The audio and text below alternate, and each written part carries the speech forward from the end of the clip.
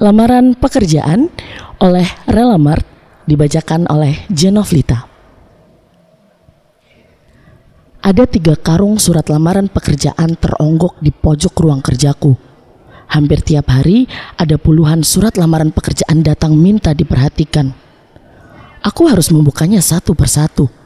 Aku tak ingin ada sebuah intan jatuh tergelincir di mesin penghancur kertas. Aku tahu seleksi ini harus cepat dilakukan. Posisi yang harus diisi bukanlah posisi yang dengan mudah bisa ditunda. Hampir semua surat dibungkus amplop berwarna coklat.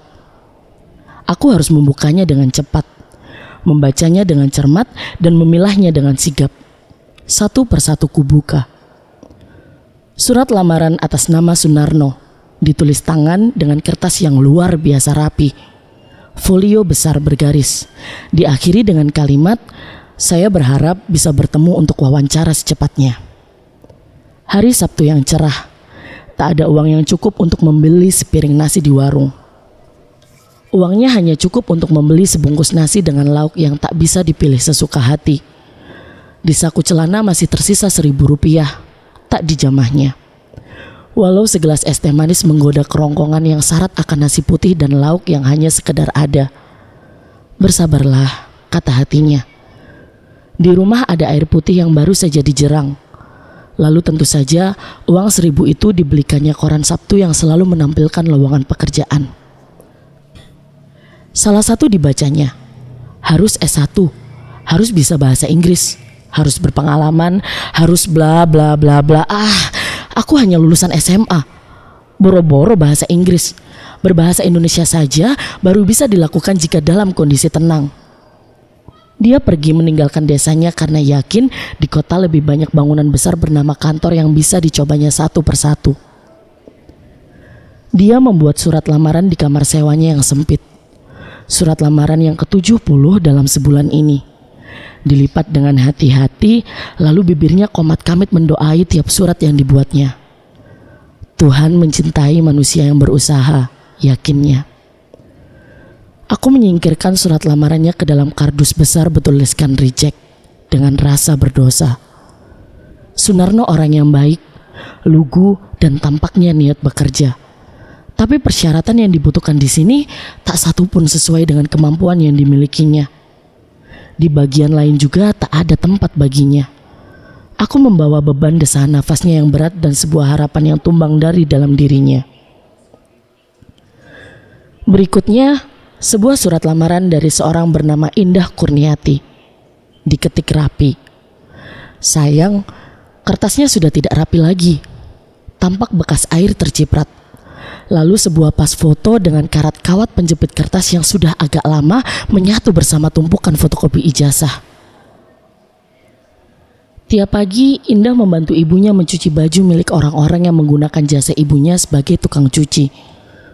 Untuk mencuci baju para pelanggannya, tentu ibunya tak akan kuat kecuali dibantu Indah dan seorang adiknya sebagai tukang setrika.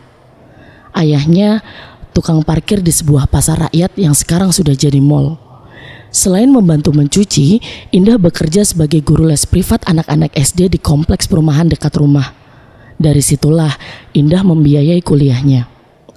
Seperti halnya hari Sabtu yang lain, adalah sebuah kewajiban untuk membeli koran lokal. Bukan untuk membaca beritanya. Indah tak begitu butuh berita nasional apalagi internasional. Baginya, berita-berita itu sangat jauh kaitannya dengan kehidupannya.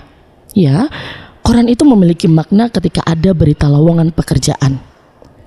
Surat-surat lamaran yang dibuatnya cukup banyak. Hampir semua lowongan dicobanya. Surat-surat itu telah siap dia kirim. Dia tak punya tas untuk menyimpannya. Maka lengannya telah siap menggamit surat-surat itu. Sial. Hampir setiap hari di bulan Januari selalu diguyur hujan. Tak terkecuali hari itu. Dia tak mungkin menyewa becak saat hujan di jalan tak mampu dibendung. Dia menyelamatkan surat-suratnya dengan berteduh di emper sebuah toko. Rasanya, jika disuruh memilih, mana yang harus diselamatkan antara hidupnya atau surat lamaran, dia akan memilih surat lamaran. Dalam surat lamaran itu terdapat hidupnya juga harga dirinya. Maka dia harus memaki dan menyumpahi seorang pengendara mobil sedan yang melintas genangan air dengan angkuh hingga menyebabkan surat lamarannya basah. Aku meletakkan surat lamarannya ke dalam kardus besar bertuliskan reject dengan rasa berdosa. Indah tak hanya baik, dia tahu apa yang harus dilakukan terhadap dirinya. Memiliki tanggung jawab yang besar dan punya kemandirian yang kuat. Tapi sayang, hasil tes kesehatannya tidak lolos. Tak ada yang bisa kulakukan untuk membantunya. Aku membawa beban desahan nafasnya yang berat dan sebuah harapan yang tumbang dari dalam dirinya. Sebuah surat berikutnya atas nama Khalil Gibran. Melihat foto dan tulisannya, dia cukup mapan. Koran tinggal menunggu sang loper membawakan 3 eksemplar dengan jenis yang berbeda tiap harinya ke rumah Khalil. Khalil mengambil salah satu dan langsung tertarik untuk mencoba sebuah lowongan di sana. Dibutuhkan waiter, room attendant, kue service. Cukup membuatku untuk merangkak dari awal, pikirnya. Iklan lowongan itu diguntingnya, ditaruh di atas papan ketik komputer, lalu menulis surat lamaran. Orang tuanya cukup berada dan dia menikah di usia sangat muda. Tidak mungkin mengandalkan orang tua, dia harus berdiri sendiri. Jika orang tuanya melarang dia jadi pelayan restoran, apa kepentingannya? Ini bukan lagi soal malu, tapi soal berusaha dengan jalan halal. Sekolahku cukup tinggi dan aku mau mengawali dari bawah, katanya. Apa salahnya? Aku meletakkan surat lamarannya ke dalam kardus besar bertuliskan reject dengan rasa berkecamuk. Tak banyak anak muda memiliki cara berpikir seperti Khalil. Anak orang kaya yang serba mampu, tapi mau memulai pekerjaan dari nol. Memiliki latar belakang pendidikan yang cukup bagus, tapi tidak menuntut posisi tinggi. Hidupnya serba mudah, tapi tetap membentuk sikap santun yang tegas. Tapi sayang, sebelum surat perjanjian kerja ditandatangani, orang tuanya melarang Khalil mengambil pekerjaan yang sudah menjadi pilihannya itu. Khalil meneleponku dan mengatakan maaf berkali-kali dengan suara yang syarat dengan kesedihan. Betapa sulit berusaha untuk mandiri. Sementara di belahan bumi lain, seorang dituntut mandiri melebihi batas kemampuannya. Tak ada yang bisa kulakukan untuk membantunya. Aku membawa beban desahan nafasnya yang berat dan sebuah harapan yang tumbang dari dalam dirinya. Berikutnya bernama Ansori. Suratnya ditulis dengan tulisan tangan menggunakan ballpoint murah yang sering macet. Ditulis dengan susah payah, pelan dan hati-hati supaya tak ada huruf atau kata yang tertinggal. Fotokopi KTP-nya menunjukkan usia yang sudah lanjut. Foto yang disertakan adalah foto saat usianya 15 tahun yang lalu, yang masih berparas muda. Pendidikan yang dibutuhkan sudah memenuhi kriteria. Tapi Ansori terlalu lama terjebak dalam keruwetan hidup di kota besar. Dia membutuhkan pekerjaan, sangat membutuhkan. Anaknya terancam tidak sekolah tahun depan. Istrinya tak bisa berbuat banyak. Tiap hari kekalutan batin menyeruak dadanya. Dia menulis surat lamaran sambil membayangkan dirinya bakal menggunakan seragam kantor, sepatu kerja yang licin dan berangkat pagi hari. Dia siap menjadi mesin kantor kapitalis dengan sukacita, seperti manusia kebanyakan yang mampu mendongakkan dagunya sebagai manusia terpilih, walau hanya menjadi bawahan yang paling bawah, manusia kantor yang terhormat. Aku meletakkan surat lamarannya ke dalam kardus besar bertuliskan reject dengan rasa berdosa. Mungkin dia akan berusaha melakukan pekerjaan sebaik mungkin.